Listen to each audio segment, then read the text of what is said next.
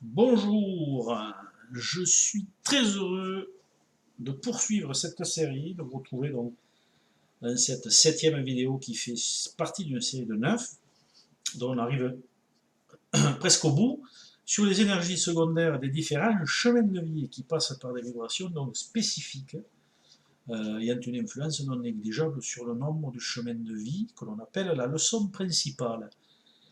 Dans cette vidéo, il sera question du chemin de vie 7 et de ses variantes énergétiques ou leçons secondaires. Donc comme toujours, n'hésitez pas à commenter, à liker, à vous abonner à ma chaîne.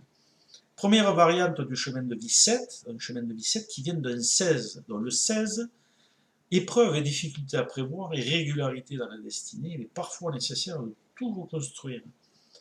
Un changement brutal, un bouleversement brutal pourrait se produire, induisant une prise de conscience qui vous permettra de dépasser les épreuves et d'avancer. Il y a une notion d'épuration avec ces vibrations. Ces changements ou bouleversements ne sont pas forcément toujours réalisés sur un plan matériel concret, mais aussi ça fait partie d'une prise de conscience induisant un changement intérieur profond, qui nécessite de se reconstruire à partir d'une nouvelle base de compréhension, une base psychologique neuve et dépouillée des résidus nocifs ou des vieux engrammes perturbateurs empêchant toute évolution. C'est un chemin de vie d'épuration, de nettoyage en fait, karmique, car il est lié à la dette karmique majeure 16, imprévue et inattendue, qui libère, malgré que ce soit une vibration difficile. Voilà, ça permet d'évoluer. Les leçons du 1, du 6 et du 7 devront être bien assimilées. Deuxième variante du chemin de vie 7, s'il vient du 25, donc chemin de vie 7 de 25, alors le 25, cette vibration est assez fragile, est assez instable aussi, il y a un antagonisme.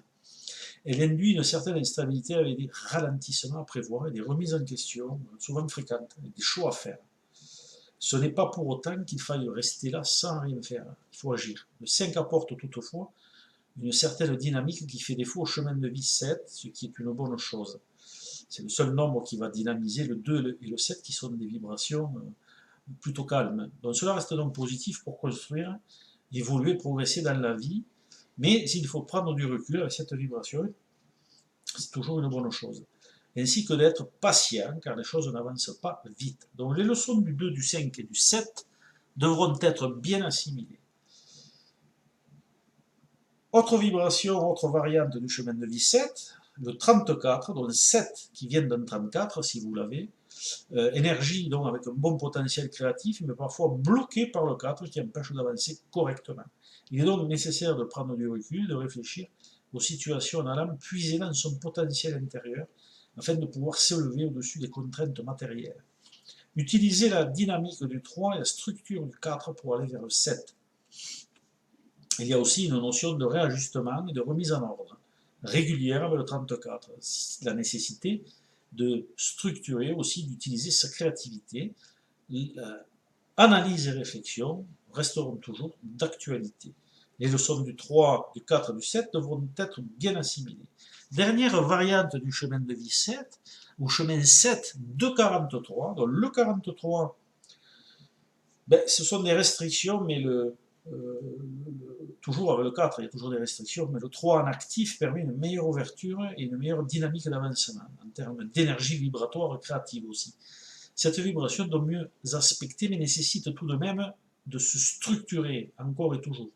Éviter la routine autant que possible. Des inattendus peuvent survenir au niveau du travail, mais pas seulement. Des solutions seront aussi trouvées pour vous permettre d'avancer. Les leçons du 3, du 4 et du 7 devront être bien assimilées pour pouvoir progresser favorablement. Voilà, cette vidéo est terminée. Je vous donne rendez-vous à l'avant-dernière vidéo de cette série de 9. Au revoir.